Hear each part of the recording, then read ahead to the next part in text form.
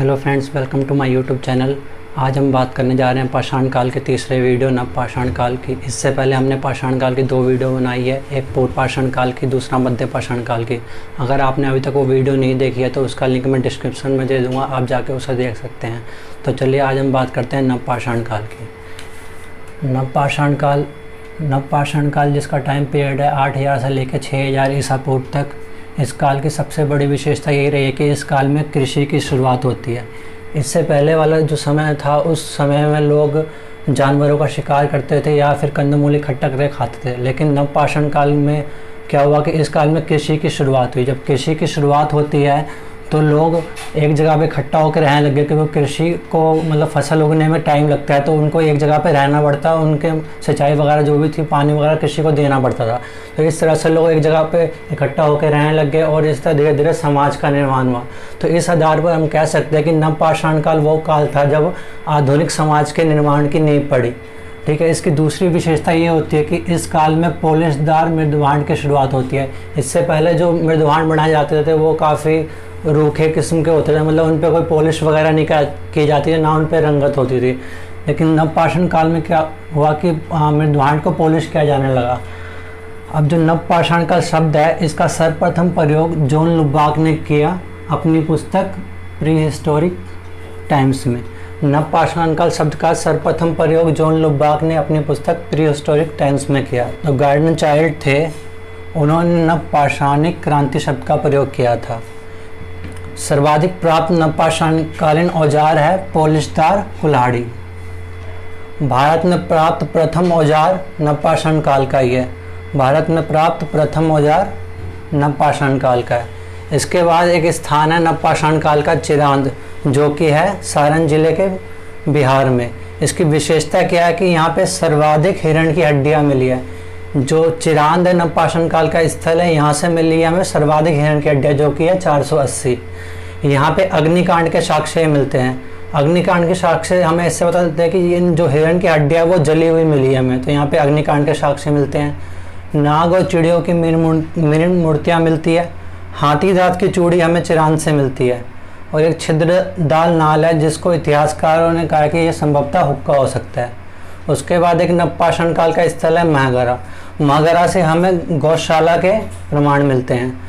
और जो यहाँ पे घरों का निर्माण होता है वो वलयाकार होता है, यानी रिंग शेप्ड हाउसेस यहाँ पे बनाए जाते हैं।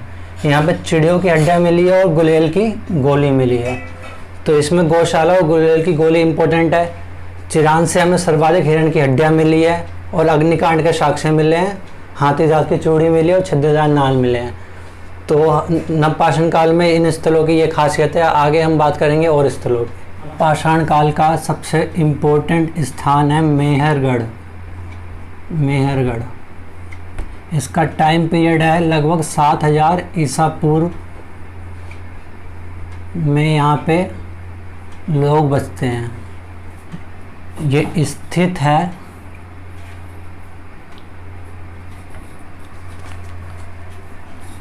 पाकिस्तान के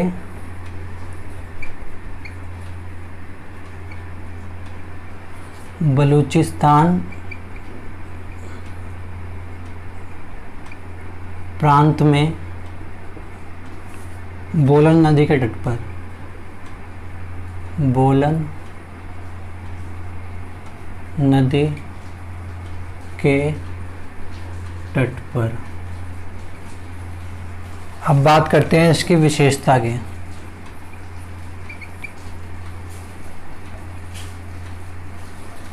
इसमें विशेषता ये है कि ये उत्तर पश्चिम क्षेत्र में, यह उत्तर पश्चिम क्षेत्र में आखेटक संग्राहक से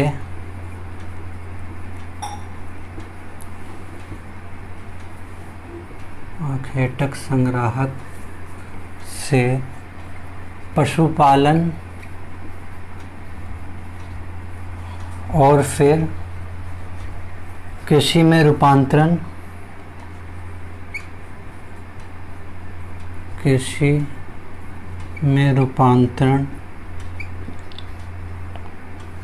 में विभिन्न चरणों का में विविध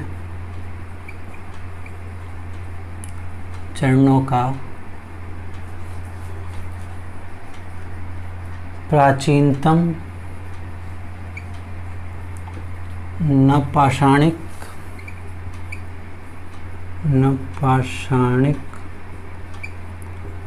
साक्ष्य प्रस्तुत करता है।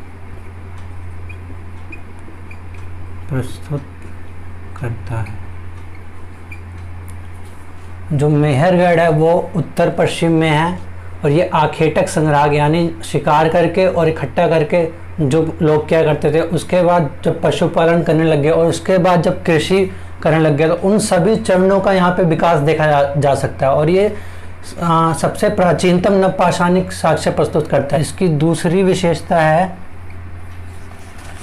कि यहाँ से कुल 7 सांस्कृतिक कालों का साक्ष्य मिलता है।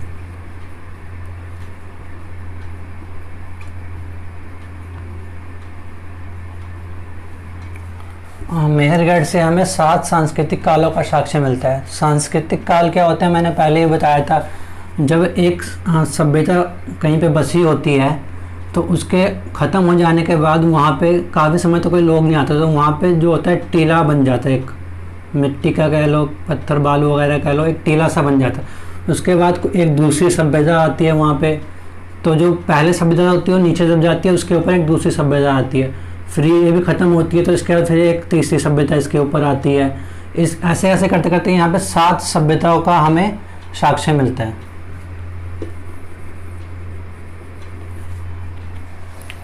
तीसरा पॉइंट है कि ये प्राचीनतम नवपाषाणिक बस्ती है।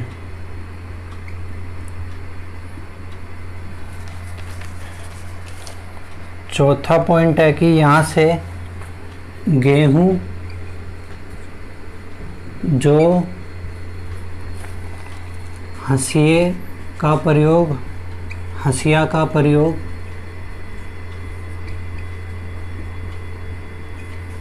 प्रयोग भैंस पालन,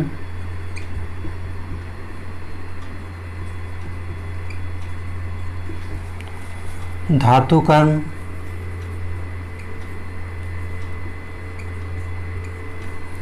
दक्षिण एशिया की चीनी मिट्टी से निर्मित मूर्तियाँ, दक्षिण एशिया की चीनी मिट्टी से निर्मित मूर्तियाँ,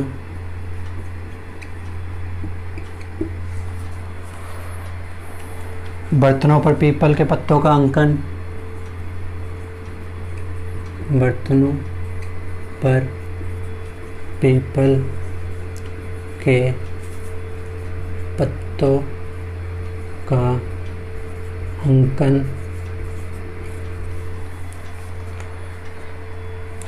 शब के साथ बकरी का बच्चा, शब के साथ बकरी का बच्चा,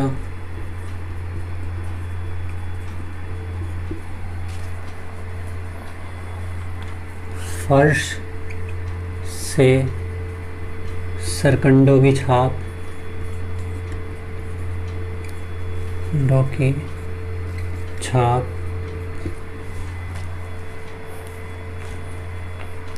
4 प्रकार की गेहूं,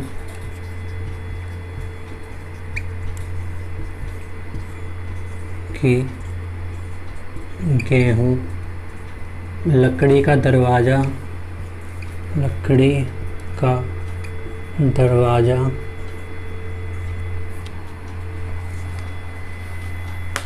नामांकित मुहर,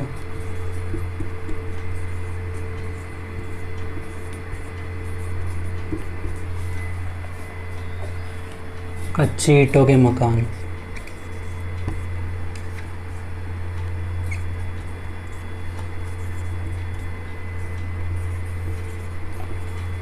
के प्राचीनतम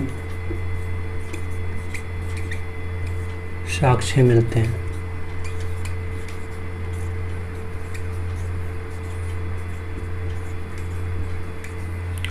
मेहरगढ़ एक ऐसा स्थान है जहाँ से गेहूँ, जौ, हंसिए का प्रयोग, भैंस पालन, धातु कर्म, दक्षिणी एशिया की चीनी मिट्टी से निर्मित मूर्तियाँ, बर्तनों पर पीपल के पत्तों का अंकन, शब के साथ बकरी का बच्चा, फर्श से सरकंडों की छाप, 4 प्रकार की गेहूँ, लकड़ी का दरवाज़ा, नामांकित मुहर, कच्ची ईंटों के मकान, इन सब के प्राचीनतम साक्ष्य में मिलते हैं मेहरगढ़ से। इसका 5वां पॉइंट है 200 वर्ग मीटर में फैला कब्रिस्तान जिसमें 150 कब्र है।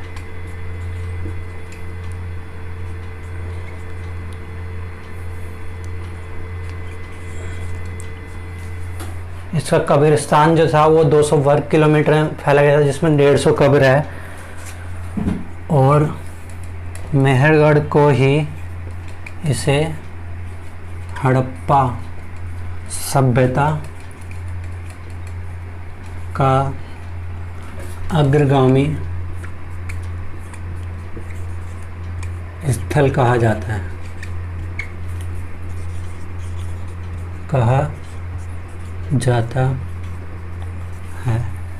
तो ये सभी मेहरगढ़ की विशेषताएं हैं।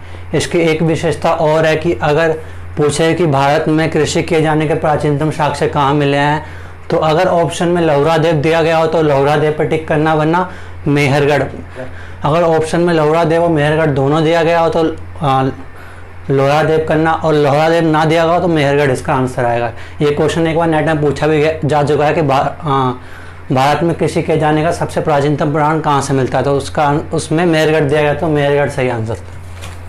कश्मीर में 2 स्थान मिले हैं, एक है बुर्ज होम और एक है गुफ कराल।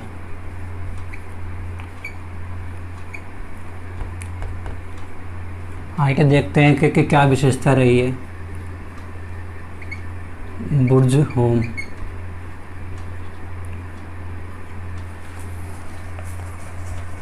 यहाँ से 3 सांस्कृतिक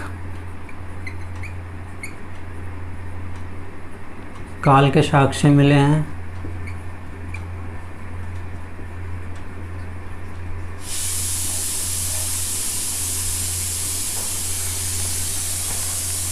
गड्ढा घर मिला यहाँ से।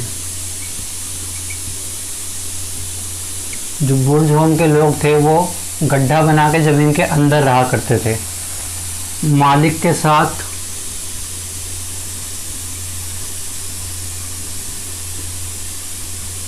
कुत्ते को दफनाया गया था। कुत्ते को दफनाया गया।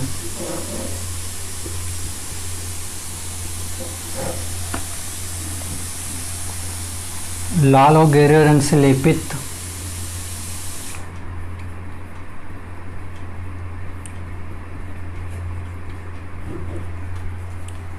रंग से लेपित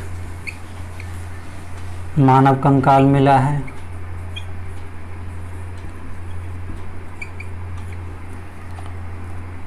मृदभांड पर चटाई तथा हंसिए का साक्ष्य मिला है।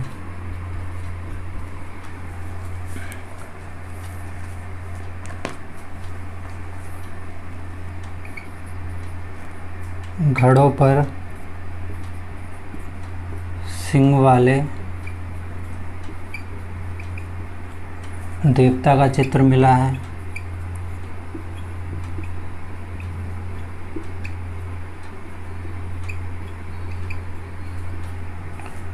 शिलाओं पर महिलाओं द्वारा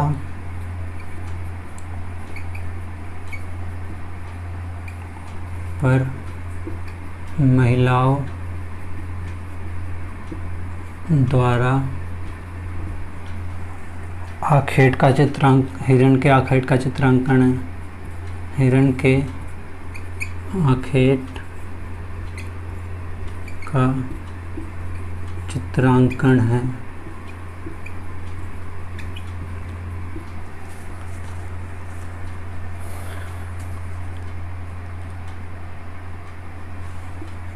एक कब्र में 5 कुत्तों को मृग श्रृंग के साथ दफनाया गया।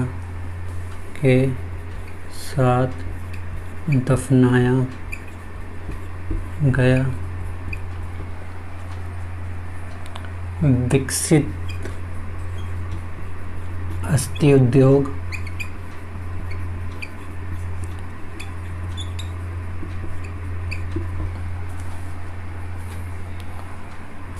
मानव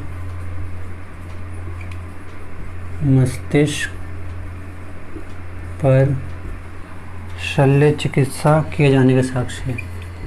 शल्य चिकित्सा किए जाने के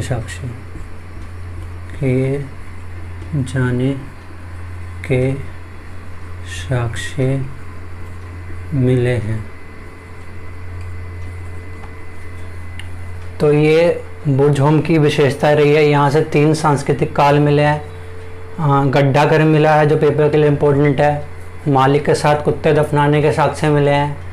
लाल और गेरुए रंग में लेपित मानव कंकाल मिला है। मृदभांड पर चटाई तथा हास्यों के साक्ष्य मिले हैं। घरों में सिंह वाले देवता का चित्र मिला है। शिलाओं पर महिलाओं द्वारा हिरण के आखेट का चित्र मिला है। ये पूछ सकता है पेपर में कि एक कब्र में 5 कुत्तों के साथ मृग सिंह को दफनाया कहाँ पर गया था? तो बुरझोम में। विकसित अस्थि उद्योग मिला है। अस्थि उद्योग वो होता है जब शवों को दफनाया जाता है, उसको अस्थि कहते हैं।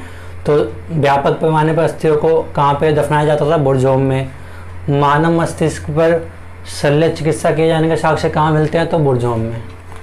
गुफ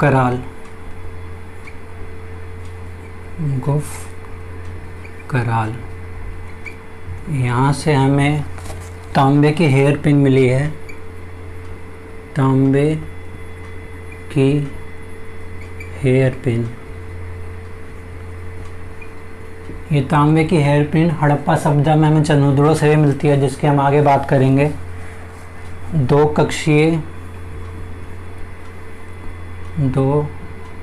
कक्षीय आवासीय गड्ढे।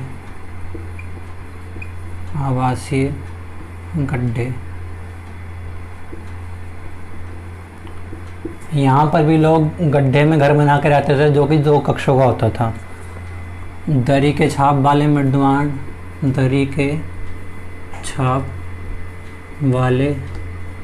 मृदभांड मिले हैं।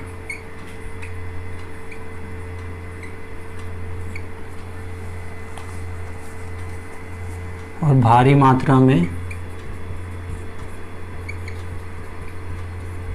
जली हुई लकड़ियाँ मिली है।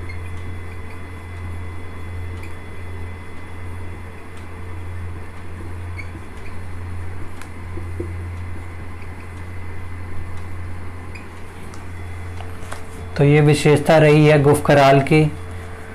अब हम बात करते हैं एक और स्थान नवपाषाण काल के कोल्डी हवा की। कोल्डी हवा ये स्थित है इलाहाबाद जिले में बेलन नदी के तट पर।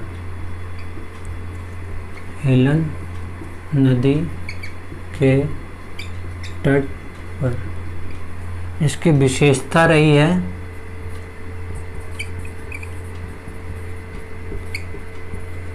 यहाँ से सर्वाधिक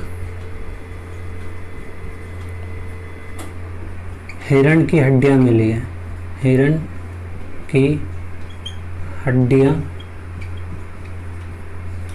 जो कि 480 है, मिली है।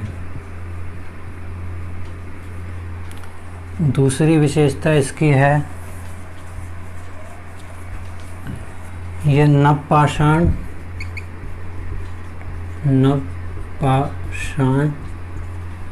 ताम्रपाषाण और लोहकाल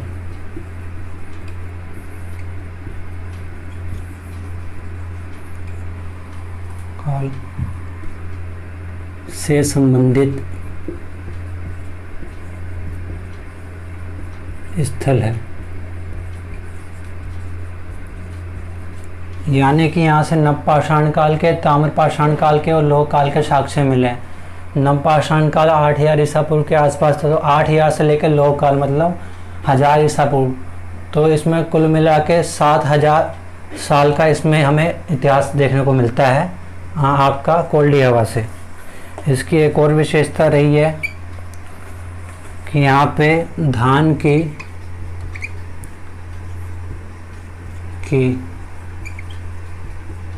ओराइजा सताइवा किस्म मिली है।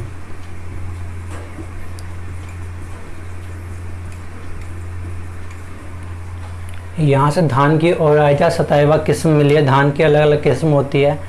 अगर पेपर में पूछा जाए कि चावल के प्राचीनतम साक्ष्य कहाँ से मिले हैं, तो अगर ऑप्शन में लौड़ा देव हो तो लौड़ा देव टिक करना है, वरना कोल्डी हवा। अगर कोल्डी हवा दिया गया हो तो कोल्डी हवा पे हमें चावल के प्राचीनतम साक्ष्य मिलते हैं, और ऑप्शन में अगर दोनों हो तो लौड़ा देव को टिक करना है। यहाँ से हमें ये हो गया हमारा कोल्डी हवा का। अब हम दो जगह का कंपैरिजन करेंगे, महागरा और कोल्डी हवा। कोल्डी हवा देश के प्राचीनतम गांव हैं,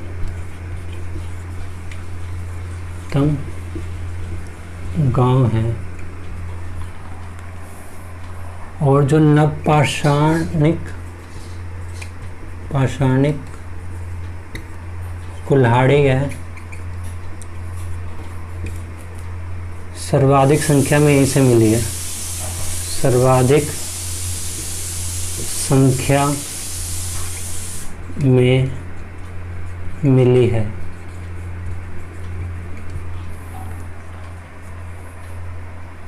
और इन दोनों स्थानों पर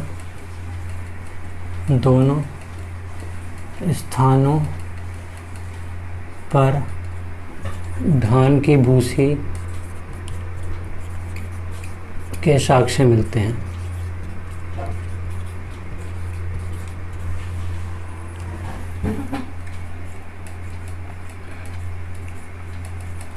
तो ये विशेषता कोल्डी हवा की रही है। और ये महागरा और कोल्डी हवा जो है देश के प्राचीनतम गांव हैं।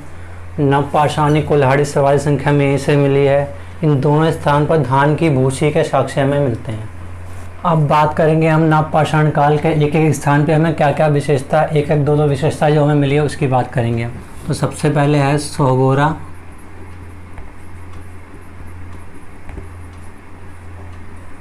यहाँ से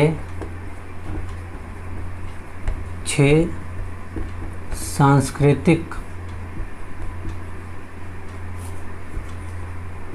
काल जो कि है नवपाषाण से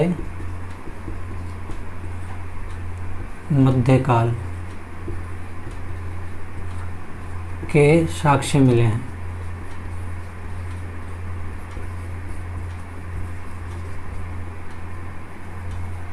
यानी कि सोगोरा से हमें 6 सांस्कृतिक काल, नवपाषाण से मध्यकाल मतलब 8000 ईसा पूर्व से लगभग 1200 ईस्वी तक के साक्ष्य हमें मिलते हैं सोगोरा से। दूसरा स्थान है कुचाई। यह ओडिशा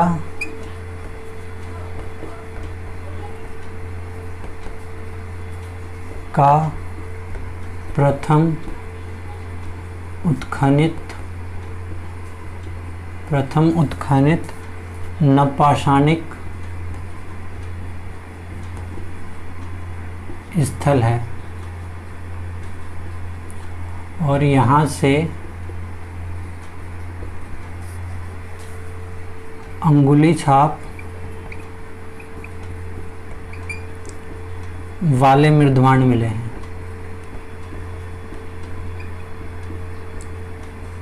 तो अगर पेपर में पूछ ले कि ओडिशा का प्रथम उत्खनित नवपाषाणिक स्थल कौन सा है तो कुचाई, और यहाँ की विशेषता क्या है कि यहाँ पे अंगुली छाप वाले मृदभांड मिले हैं, वाले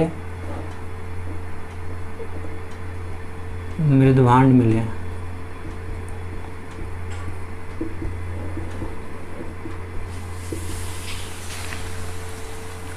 एक और जगह है सुलभडीही से हाल ही में नवपाषाणिक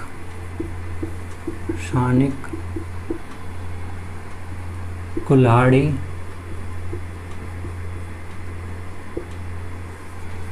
बनाने का केंद्र मिला है। बनाने का केंद्र मिला है।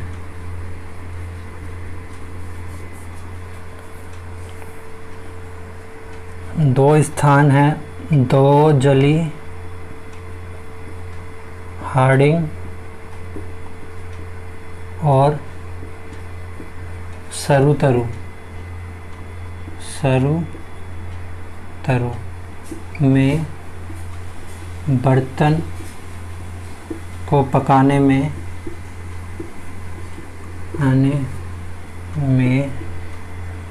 वनस्पति के रेशों का प्रयोग किया गया है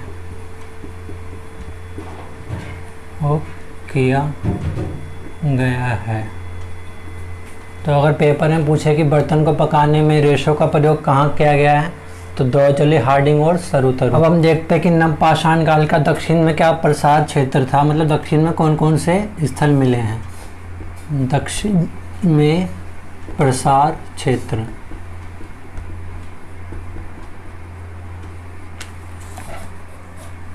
सबसे पहले बेल्लारी क्षेत्र है। बेल्लारी क्षेत्र ये कर्नाटक में है। से दक्षिण भारत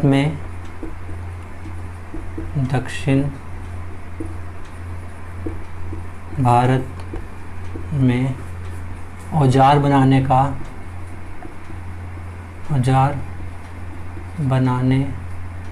का प्राचीनतम साक्ष्य मिला है।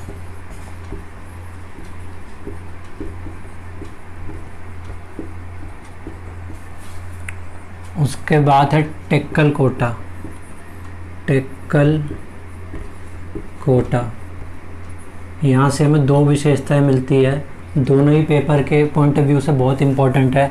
यहाँ से सोने की कान की बालियाँ मिली है, सोने की कान की बालियाँ, और हमें एक कब्र में 3 शव मिले।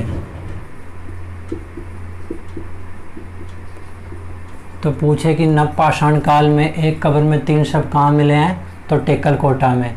और हम बात करें मध्य पाषाण काल की, तो एक कब्र में हमें 3 शव कहाँ मिलते थे, तो दमदमा में। वाटगल इसकी भी दो विशेषताएं हैं, दोनों पेपर के लिए बहुत इम्पोर्टेंट है। यहाँ से हमें प्राचीनतम सुपारी के साक्ष्य मिले।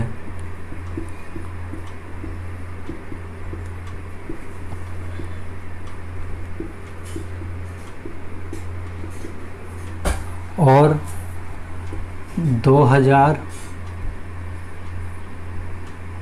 ईसा पूर्व के आसपास लोहे का साक्ष्य मिला है। लोहे का साक्ष्य, भारत में जो लोहे का उपयोग होता है वो 1000 ईसा पूर्व के आसपास होता है, लेकिन यहाँ पे उससे भी 1000 वर्ष पहले ही हमें लोहे के साक्ष्य मिलते हैं वाटगल से। बुद्धिहाल, इसकी भी 2 विशेषताएं रही हैं। सामुदायिक भोज, सामुदायिक भोज और उत्सव के साक्ष्य यहाँ से मिलते हैं। उत्सव के साक्ष्य और घर के अंदर बूचड़ खाना, घर के अंदर बूचड़ खाना मिला। कोडेकल, यहाँ से हिरण की 3 प्रजातियाँ मिली हैं। प्रजातियाँ मिली हैं। तो अगर पेपर में पूछे कि हिरण की 3 प्रजातियाँ कहाँ से मिली है तो कोडेकल। हल्लूर, यहाँ से युग्म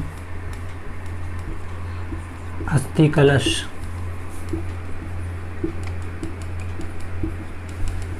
मिले हैं। उसके बाद है हीरे गुड्डा सगन कल्लू। हीरे गुड्डा सगन कल्लू से विशालतम कुल्हाड़ी उद्योग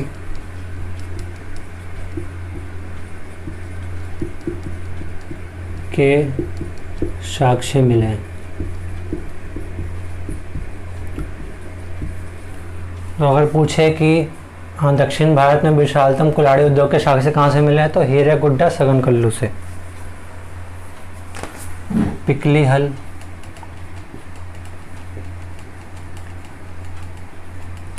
पिकली हल से हमें पैर से चलाए जाने वाली चक्की के साक्ष्य मिले हैं।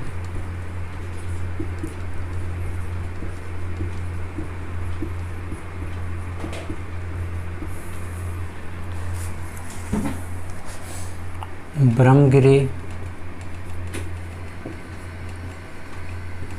यहाँ बच्चों को जार में डालकर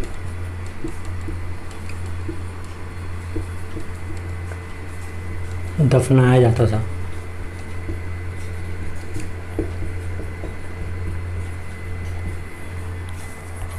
उसके बाद है कुनाल,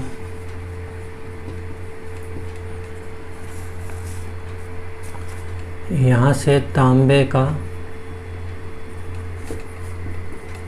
मछली मारने वाला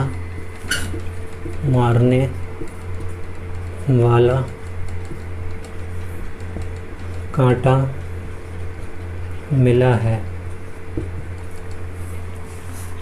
और एक और विशेषता है कि जो दक्षिण भारत है, भारत में सबसे पहले उगाई जाने वाली फसल रागी है।